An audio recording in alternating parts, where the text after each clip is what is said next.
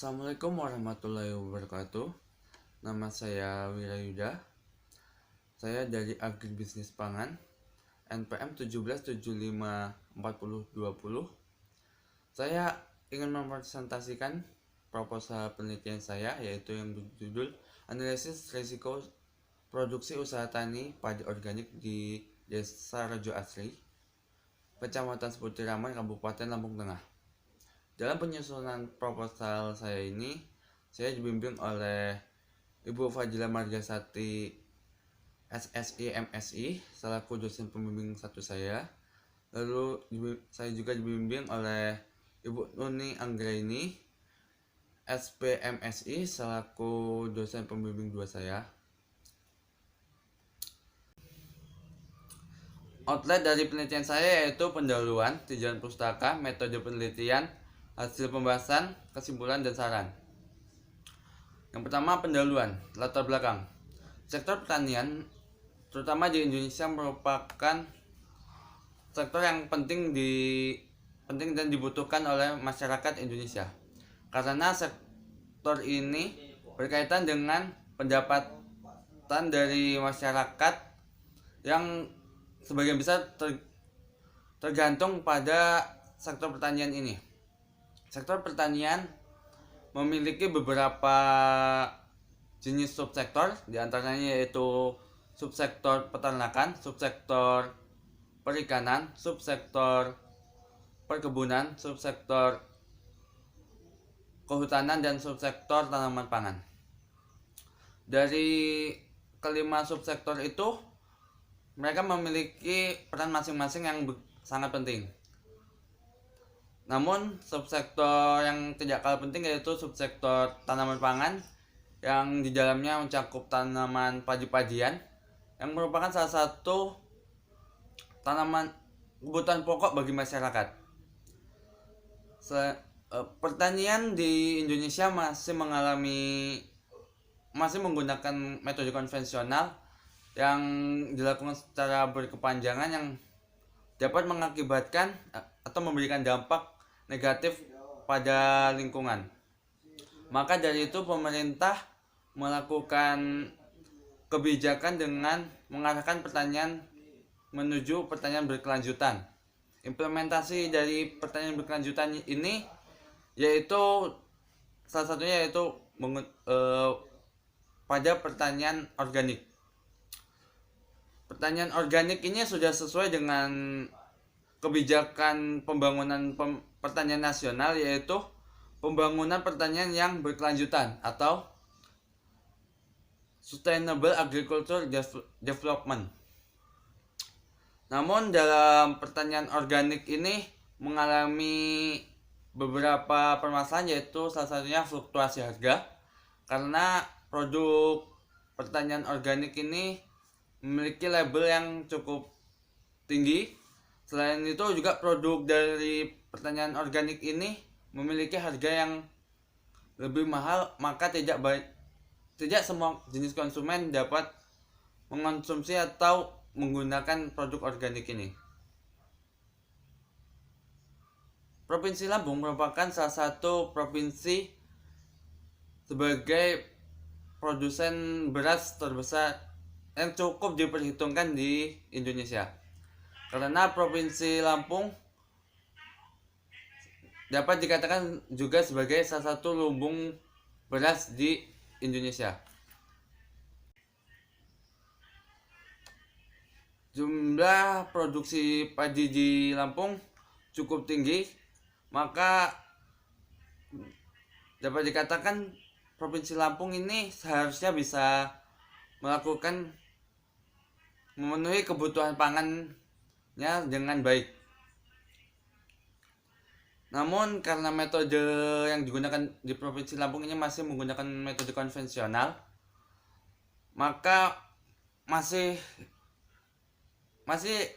terdapat beberapa dampak negatif yang dapat ditimbulkan pada lingkungan, terutama di bidang pertanian. Salah satu kabupaten yang terdapat di Lampung yaitu Kabupaten Lampung Tengah merupakan salah satu produsen padi terbesar di Provinsi Lampung. Jumlah lahannya yaitu 77.721 hektar. Berdasarkan data Lampung Tengah dalam angka tahun 2020. Selain itu, di Lampung Tengah juga merupakan salah satu sentra produksi padi beras organik.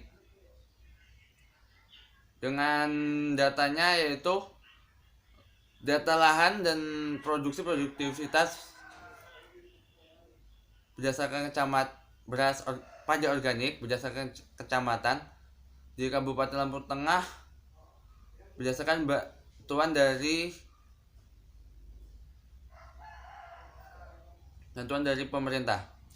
Dengan total bantuannya yaitu luas lahannya mencapai 42 hektar, produksi padinya itu 271,6 ton dan produktivitasnya sebesar 31,8 ton per hektar. Sumber berdasarkan Dinas Pertanian Kabupaten Lampung Tengah tahun 2017.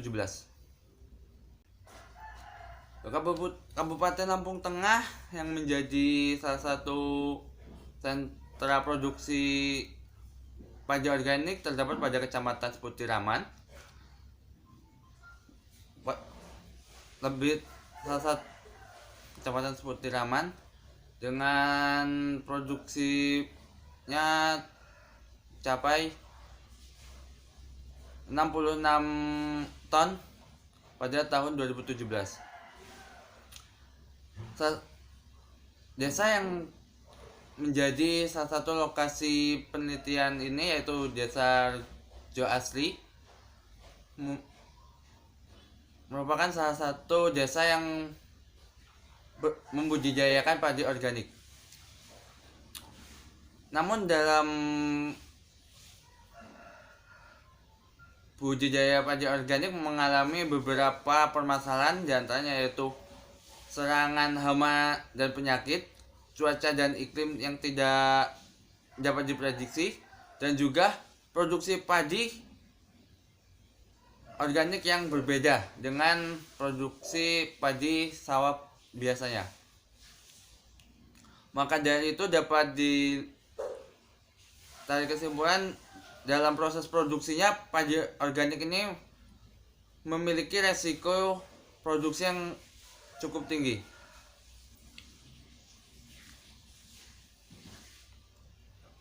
Selanjutnya yaitu tujuan dari penelitian. Yang pertama, untuk mengetahui pendapatan usaha tani padi organik dari anggota PP Gapsera Sejahtera di Desa Rejo Asri, Kecamatan Seputiraman, Kabupaten Lampung Tengah.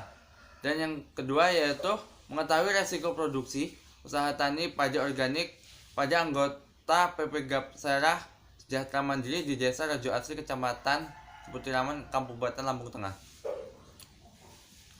Selanjutnya, kerangka pemikiran. Kerangka pemikiran pada penelitian ini yaitu produksi padi organik dari anggota PP Gapsera di Desa Rejo Asri, Kecamatan Lampung Tengah mengalami beberapa permasalahan, diantaranya yaitu sistem budidaya padi organik yang dianggap masih sulit dan rumit, lalu produksi masih rendah, dan harga produk beras organik yang terlalu mahal dibandingkan beras pada umumnya. Mengacu setelah itu, berdasarkan permasalahan itu, produksi padi organik memiliki beberapa input yaitu seperti luas lahan, peralatan, benih organik, pupuk organik, dan tenaga kerja. Dari permasalahan tersebut, produksi mengalami resiko produksi yang mungkin terjadi. Berdasarkan faktor atau input yang ada pada proses produksi beras organik, maka dapat dihitung biaya produksinya untuk mengetahui berapakah pendapatan dari petaninya. Berdasarkan sudah mengetahui biaya lalu dan pendapatannya, maka dapat diketahui seberapa sih resiko produksi usaha tani padi organik yang ada di Desa Rejo Asri, terutama anggota PP Gapsera Sejahtera Mandiri. Kontribusi dari penelitian ini yaitu pertama, bagi pelaku usaha tani diharapkan penelitian ini dapat bermanfaat sebagai bahan pertimbangan dalam melanjutkan kegiatan usaha tani padi organik. Lalu bagi peneliti, semoga penelitiannya bermanfaat untuk memenuhi syarat kelulusan jenjang pendidikan di perguruan tinggi, dan diharapkan hasil penelitian ini dapat menjadi ilmu yang bermanfaat. Selanjutnya, untuk kontribusinya yaitu sebagai sumbang pemikiran bagi penelitian selanjutnya. Diharapkan penelitian ini dapat digunakan sebagai bahan referensi atau bahan pembanding untuk penelitian yang serupa di masa yang akan datang. Yang selanjutnya yaitu tinjauan pustaka. Yang pertama yaitu padi. Padi merupakan tanaman pangan yang sudah tersebar di seluruh dunia. Dan selain itu, tanaman padi merupakan tanaman yang banyak dibudidayakan, terutama di negara berkembang, salah satunya di Indonesia, untuk dijadikan sebagai kebutuhan pokok atau kebutuhan pokok masyarakat untuk memenuhi kebutuhan makanan mereka. Selanjutnya yaitu pertanian organik. Pertanian organik berbeda dengan pertanian pada umumnya, karena pertanian organik yaitu tidak menggunakan bahan-bahan kimia apapun dalam proses pertaniannya yang dapat mempengaruhi lingkungan. Karena pada dasarnya pertanian organik ditujukan untuk menjaga kelestarian lingkungan, terutama bidang pertanian. Selanjutnya padi organik. Padi organik merupakan salah satu produk dari salah satu budidaya yang dilakukan pada pertanian organik. Padi organik merupakan tanaman pangan yang dibudidayakan tanpa menggunakan bahan kimia apapun, baik itu pupuk maupun pestisidanya.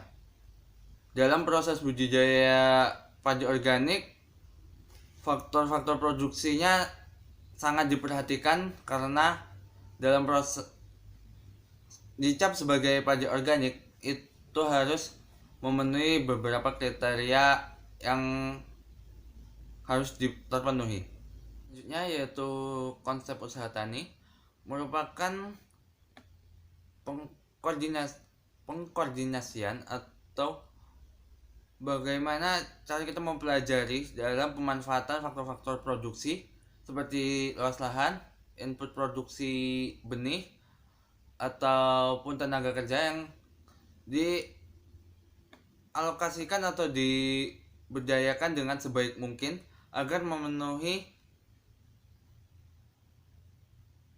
produksi yang maksimal atau mencapai optimum. Lalu konsep penerimaan dan pendapatan. Konsep penerimaan dan pendapatan pada usaha tani ini yaitu menggunakan rumus TR ataupun penerimaan, dengan rumusnya yaitu harga output dikali jumlah outputnya. Itu untuk mencari penerimaan. Jangan untuk pendapatannya, rumusnya itu menggunakan rumus keuntungan, yaitu TR min TC, yaitu penerimaan dikurang jumlah biaya input yang dikeluarkan. Lanjut lagi, konsep pengukuran resiko. Dalam pengukuran resiko ini kita menggunakan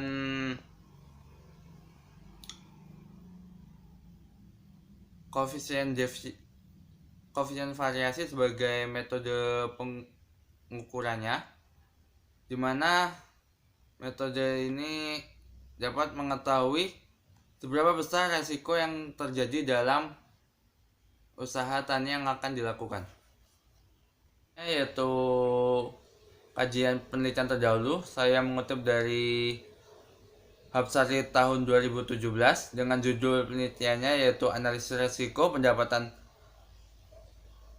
padi organik di Desa Lumba Kulon, Kecamatan Wonosari, Kabupaten Bondowoso. Metode yang digunakan dia melalui perhitungan resiko pendapatan menggunakan data pendapatan pada musim kemarau tahun pertama di tahun 2015 dan musim kemarau kedua pada tahun 2015. Hasilnya dapat diketahui bahwa pada Desa Lubuk Kulon menunjukkan bahwa semakin lama menerapkan usaha tani padi organik, risiko pendapatan yang ditanggung petani tidak semakin rendah, ditunjukkan dengan nilai risiko pendapatan pada kelompok tani mandiri sebesar 45% dan mandiri 1B sebesar 31,34%. Selanjutnya yaitu saya mengutip penelitian terdahulu yaitu Pritantip tahun 2014 dengan judul analisis resiko berbagai luas penguasaan lahan pada usaha tani padi organik dan konvensional. Metode yang digunakan yaitu dengan menghitung tingkat produktivitas terendah pada usaha tani dengan metode koefisien variasi. Hasilnya yaitu kesimpulannya yaitu sistem usaha tani organik mempunyai risiko usaha tani yang lebih kecil dibandingkan usaha tani konvensional. Dan semakin luas penguasaan lahan usaha tani padi maka akan semakin kecil resiko usaha taninya. Selanjutnya mengutip dari Hasna et al. Tahun 2018 dengan judul analisis resiko produksi usaha tani padi organik di Desa Rawasari, Kecamatan Sumberjambe, Kabupaten Jember. Metode analisis yang digunakan yaitu menggunakan data produksi padi organik musim hujan pada bulan Oktober 2016 hingga bulan Januari 2017. Kesimpulannya yaitu seluruh resiko produksi usaha tani organik di Desa Rawasari sebesar 468,25 kg atau 10% dari rata-rata produksinya. Selanjutnya yaitu mengutip dari Mardiah 2016 dengan judul penelitiannya yaitu resiko produksi usaha padi di Kabupaten Lampung Timur. Metode yang digunakan yaitu risiko produksi usaha tani padi sawah. Perhitungannya menggunakan analisis koefisien variasi dengan menggunakan data produksi pada tahun produksi usaha tani padi. Hasilnya yaitu risiko produksi usaha tani padi sawah yang mendapatkan menggunakan kebijakan opsional jaringan atau JIT lebih baik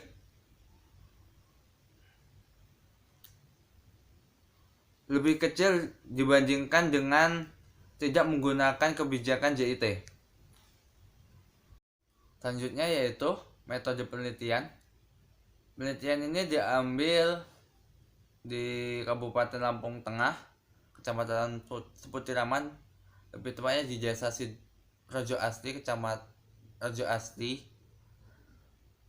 Kenapa saya mengambil lokasi di sini? Karena di Lampung Tengah merupakan salah satu sentra produksi padi organik yang ada di Lampung. Dalam penelitian saya waktu pelaksanaan pengumpulan data yaitu di bulan Februari sampai dengan Maret 2021. Penelitian saya menggunakan data primer dan sekunder. Dengan jumlah sampelnya saya mengambil 50 petani. Yang selanjutnya yaitu rancangan penelitian. Jenis penelitian saya termasuk dalam kualitatif dan kuantitatif. Penelitian kuantitatif dilakukan dengan pendekatan deskriptif, sedangkan untuk penelitian kualitatif digunakan menganalisis resikonya. Metode pengumpulan datanya menggunakan data primer, yaitu data survei, wawancara secara langsung kepada responden, lalu menggunakan data sekunder yang berasal dari kajian pustaka ataupun membaca buku jurnal, lalu ataupun berdasarkan data yang berasal dari dinas pertanian seperti BPS. Metode pengambilan sampelnya saya menggunakan Slovin karena jumlah petani padi organik yang ada di Desa Rajo Asli berjumlah 100 orang petani itu untuk populasinya, sehingga saya menggunakan rumus Slovin dengan rumusnya yaitu N kecil sebagai jumlah sampel sama dengan N besar jumlah populasi dibagi 1 ditambah N besar jumlah populasinya dikali error atau tingkat kesalahan di pangkat 2. Maka dan metode pengambilan datanya menggunakan teknik simple random sampling. Lalu berdasarkan perhitungan didapatkan jumlah sampel yang saya teliti yaitu jumlah 50 responden. Metode penganalisis data saya menggunakan ragam variasi nilai ragam sebagai perhitungannya yaitu koefisien variasi. Dapat dilihat dalam menentukan koefisien variasi harus dicari terlebih dahulu yaitu nilai ragam atau variance-nya dengan perhitungan yaitu sigma n1 sama dengan sigma ni sama dengan 1 dikali keuntungan yang diterima petani dikurang keuntungan rata-rata pangkat 2 dibagi jumlah produksi selama 5 tahun terakhir dikurang 1. Lalu untuk menentukan simpangan bakunya dapat dihitung dengan cara simpangan baku sama dengan akar dari nilai ragam pangkat 2. Penentuan tingkat resiko menggunakan koefisien variasi dengan rumusnya yaitu CV sama dengan simpangan baku dibagi keuntungan rata-rata. Dan untuk rumus batas bawahnya itu L sama dengan, atau batas bawah sama dengan keuntungan dikurang 2 dikali simpangan baku dari perhitungan sebelumnya. Jadwal penelitian saya itu penyusunan proposal mulai dari Mei sampai Desember tahun 2020, lalu seminar proposal di Januari 2021, dan pengumpulan data di bulan Februari sampai dengan Maret 2021. Penganalisis data dan interpretasinya di bulan April hingga Mei. Lalu rencana saya seminar hasil di bulan Juni. Sekian presentasi dari saya. Saya akhiri, wabillahi taufik wal hidayah. Wassalamualaikum warahmatullahi wabarakatuh.